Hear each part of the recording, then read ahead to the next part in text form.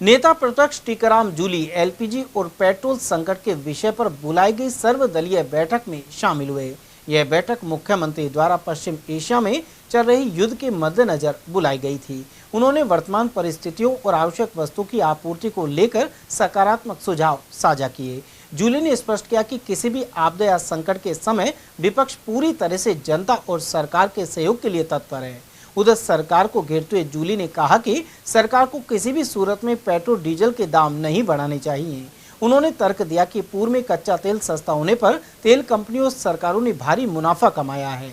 बैठक के बाद जारी बयान में नेता प्रतिपक्ष ने कहा कि राज्य में गैस, ईंधन और अन्य आवश्यक वस्तुओं की मांग, आपूर्ति और स्टॉक का डेटा जनता के सामने रखा जाए। उन्होंने प्रदेश में गैस सिलेंडरों की किल्लत पर चिंता जताते हुए कहा कि शादियों से लेकर हॉस्टल, होटल और उद्योगों तक को भारी परेशानी का सामना करना पड़ रहा है। मुख्यमंत्री जी ने जो आज हम सब लोगों को बुलाया था, सभी राजनीतिक दलों के लोगों को, और जो स्थिति आज है उसके बारे में चर्चा की। विपक्ष के रूप में कोई भी आपदा अगर आती है तो हम पब्लिक को सहयोग करेंगे, सरकार को सहयोग करेंगे। कोई सरकार के हर जगह राजनीतिक बात नहीं होती।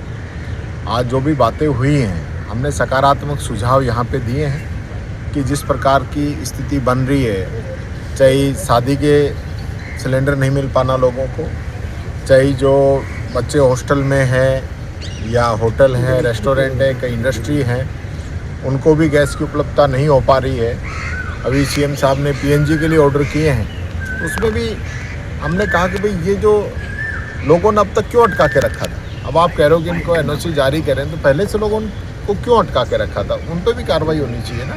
और आज जिस प्रकार से बाज़ार में कहीं अगर कोई दिक्कत आ रही है, मान लो गैस की दिक्कत है, तो उसके जो सब्स्टिट्यूट है, आप चाहे केरोसिन की बात करें, चाहे लकड़ी की बात करें या कोयले की बात करें, तो उनकी भी व्यवस्था पूरी व्यापक रूप से इंडक्शन की ये होनी चाहिए, क्योंकि युद्ध का पता नहीं कितना लंबा छिड़ जाए।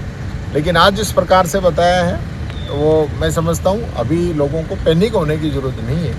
पैनिक नहीं हो, ये ज़रूर मैं कहना चाहूँगा।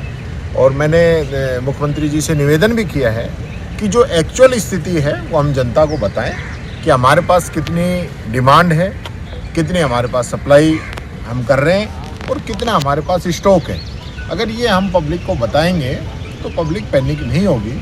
और जो टोल फ्री नंबर है वो हर व्यक्ति तक पहुंचने चाहिए कि किसी को भी अगर कोई दिक्कत आती है तो वो उसके बारे में अपने सुझाव दे सके। मैंने ये भी कहा है कि रेट नहीं बढ़ाए जाएं, क्योंकि रेट बढ़ने से भी पैनिक होता है। अभी भी जो है मैं समझता हूँ डीजल और पेट्रोल पे भारत सरकार ने काफ़ी जो है टैक्सेस उस पर लगाए हुए हैं, स्पेशल सेस लगाया हुआ है।